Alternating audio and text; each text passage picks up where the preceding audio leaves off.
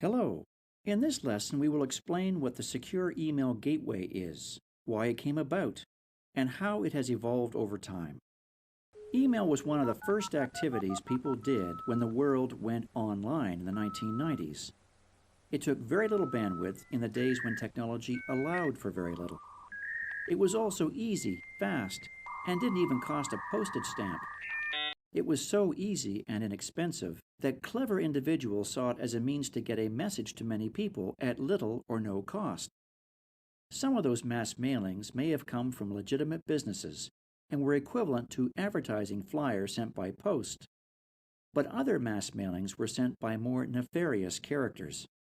This was the beginning of spam, the sending of irrelevant and unsolicited messages on the internet to a large number of recipients. As individuals could send and receive messages with little verification or accountability, it offered anonymity. Initially, people viewed spamming more as a nuisance than a threat, but in 1996, America Online, AOL, coined the term phishing to describe a practice of someone creating a phony account to engage unsuspecting people and tricking them to reveal sensitive information or to extract money.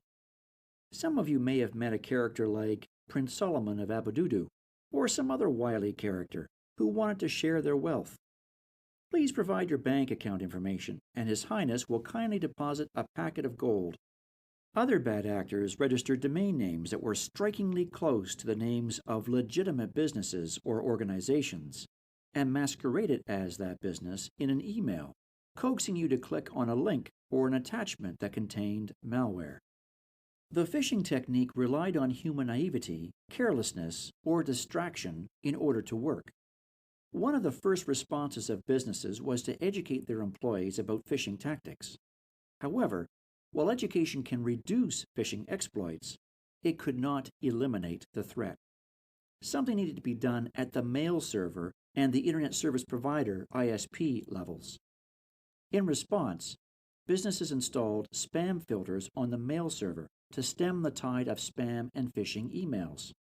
The spam filters relied on identifying certain words or patterns in the headers or bodies of the messages. To use a simple example, if the word Viagra is common to email spam, then the word could be added to the filter, which would eliminate any email that contained that word. These types of spam filters were also deployed by ISPs.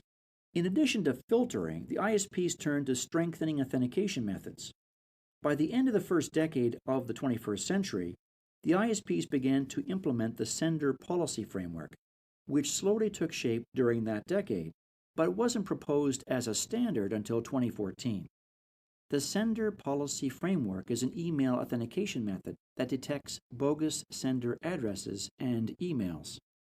However, for every measure stood up by legitimate businesses, organizations, and ISPs, the bad actors introduced a countermeasure that circumvented the latest defense. To return to our simple example, spammers could easily bypass our filtered word, Viagra, by rendering it as V1AGRA or some other variant. And while filters became more sophisticated in detecting spam patterns, they were too static and easy to outsmart. Spamming and phishing were just too lucrative for the bad actors to give up easily. In fact, phishing attacks had grown enormously since the turn of the century. While in 2004, 176 unique phishing attacks had been recorded, by 2012, this had grown to 28,000. And no wonder, phishing was lucrative. Between lost money and damages, the attacks caused a $500 million loss to businesses and individuals. In the wake of these failures, the Secure Email Gateway, or SEG, arose to put up a more rigorous defense. In addition to the spam filter, it added antivirus scanners, threat emulation, and sandboxing to detect malicious attachments and links in real time. Thus, even if education and the spam filter failed, one of these other tools could detect and expunge the threat. However, the number of false positives and the sheer volume of attacks overwhelmed the security teams, who became bogged down in manual remediation. Secure Email Gateway continues to evolve as the threats evolve. Today, the greater automation built into SEG alleviates the demands placed on the Security Operations Center, SOC. Other features, such as data leak prevention, DLP, have been added to detect and stop the egress of sensitive data. In some cases, SEG has been integrated with other network security devices, such as edge and segmentation firewalls.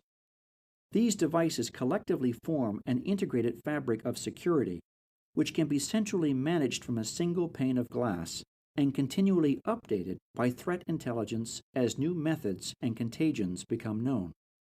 Fortinet has a secure email gateway that is called FortiMail.